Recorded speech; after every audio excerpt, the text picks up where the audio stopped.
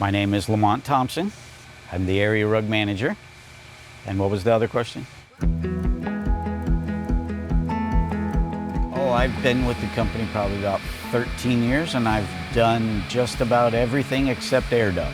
Kids and pets keep us in business. When you bring in your rug, we'll measure it out, take a picture of it, send it through the duster, then put it over into the wash area. Either goes in the tub or it goes on the floor and gets flushed. Then we run it through the rinse wringer, which squeegees it, rolls it, pressure washes it.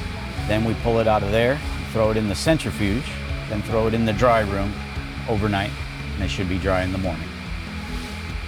All the machines are gentle to all the rugs, so they're not going to damage them, and we're specific on making sure that we take care of it the way you want it taken care of. In your home, all you're doing is vacuuming whatever's on the surface of that rug.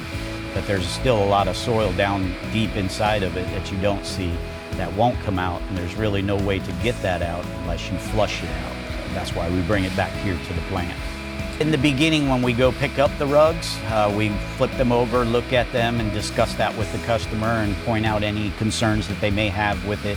Ask it, what happened to it, why are you having it clean, things like that. As soon as we take that after picture of the rug, we put it into the computer and click the button, and it sends an email or a text to your phone to let you know that your rug is ready for you to either come pick up or we come deliver it to you. I will do my best on the rug. I don't know how else to put it other than I will treat it like it's my own.